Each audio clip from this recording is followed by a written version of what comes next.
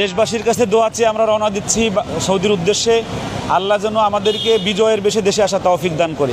আমি এই সফরটা আমার জীবনের স্মরণীয় সফর হয়তো হবে যদি দেশবাসীর দোয়ায়। এবারের সফরটা একটু অন্যরকম, তবে 3 জন যাচ্ছে, আমি যেতে পারছি না। দেশবাসীর কাছে আমরা দোয়া চাই আমরা যেন বাংলাদেশের পতাকাকে সারা বিশ্বে উড্ডীন করতে পারি। এই কোরআনের যেন বিজয় নিয়ে আমরা যেন আমাদের দেশের গর্বকে সাথে নিয়ে যেন আমরা ফিরতে পারি। আব্দুল মারুফ।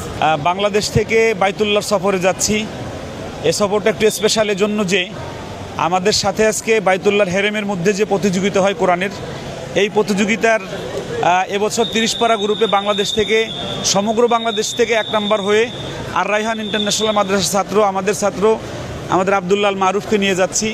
সাথে যাচ্ছে কারি আবু রায়হান, জুবাই আহমদ তাশরিফ, তারপরে আমাদের 2 জন শিক্ষক যাচ্ছে। আমি এই সফরটা আমার জীবনের স্মরণীয় সফর হয়তো হবে যদি দেশবাসীর দোয়ায় আমাদের মারুফ ওইখানে লাল সবুজের পতাকাকে আমরা বাইতুল্লাহর মধ্যে আমরা উঁচু করে ধরতে পারি এবং বিজয় ছিনিয়ে নিয়ে আমরা বাংলাদেশে আসতে পারি। এজন্য দেশবাসীর কাছে দোয়া চাই, সবাই দোয়া করবেন আল্লাহ যেন আমাদেরকে বিজয় নিয়ে আসার তৌফিক দান করে। আমাদের সাথে জুনায়েদ আল হাবিব আছে, ও এবার মানে 2-3 দিন পরে হয়তো 4-5 দিন পরে যোগ হবে যে ও আমাদেরকে বিদায় দিতে আসছে। আমরা জুনায়েদের সাথে কথা শুনি, তারপরে আমরা তাশরিফের কথা শুনবো। আসলে আমরা এর আগে একসাথে সবাই গিয়েছিলাম নেপালে, নেক্সট আমাদের আসলে একসাথে যাওয়া হয় নাই, সবাই যার যার ব্যক্তিগত ব্যস্ততার কারণে সবাই যার যার মতো ছিল। কিন্তু এবারের সফরটা একটু অন্যরকম, তবে 3 জন যাচ্ছে, আমি যেতে পারছি না। তবে আফসোস নেই কেন, হয়তো আমি অচিরেই আসবো ইনশাআল্লাহ। আমি চেষ্টা করছি এবং টিকিট ধরার এখন তো টিকিটের দামটা একটু উচ্চ এবং বাংলাদেশের মহা সিন্ডিকেট চলতেছে, এই জন্য আসলে আমরা পারছি না, তবু চেষ্টা করছি ইনশাআল্লাহ। আশা করি মিলিত হব।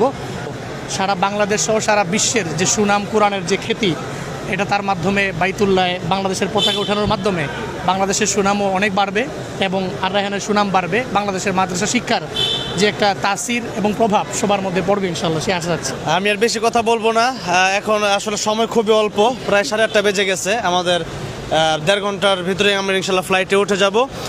আপনারা শুধু দোয়া করবেন, দেশবাসীর কাছে আমরা দোয়া চাই আমরা যেন বাংলাদেশের পতাকাকে সারা বিশ্বে উড্ডীন করতে পারি। আপনারা আমাদের জন্য দোয়া করবেন, আব্দুল মারুফের জন্য আপনারা দোয়া করবেন। আরও অনেক কথা হবে ইনশাআল্লাহ আপনাদের সাথে। আমারও একই কথা, এখন সময় নষ্ট করতে চাই না। আপনাদের কাছে আমরা বিশেষভাবে দোয়া চাই, যেহেতু আমরা পবিত্র একটা সফরে যাচ্ছি। প্রথমত মহান আল্লাহ তাআলার ঘরে, দ্বিতীয়ত উদ্দেশ্য হচ্ছে মহান আল্লাহ তাআলার যেই কোরআন, এই কোরআনের যেন বিজয় নিয়ে আমরা যেন আমাদের দেশের গর্বকে সাথে নিয়ে যেন আমরা ফিরতে পারি। আব্দুল মারুফ ভাই, তাকে আমি বলতে চাই যে কি অনুভূতি ভাই? ইনশাআল্লাহ আশা করা যায় যে দেশের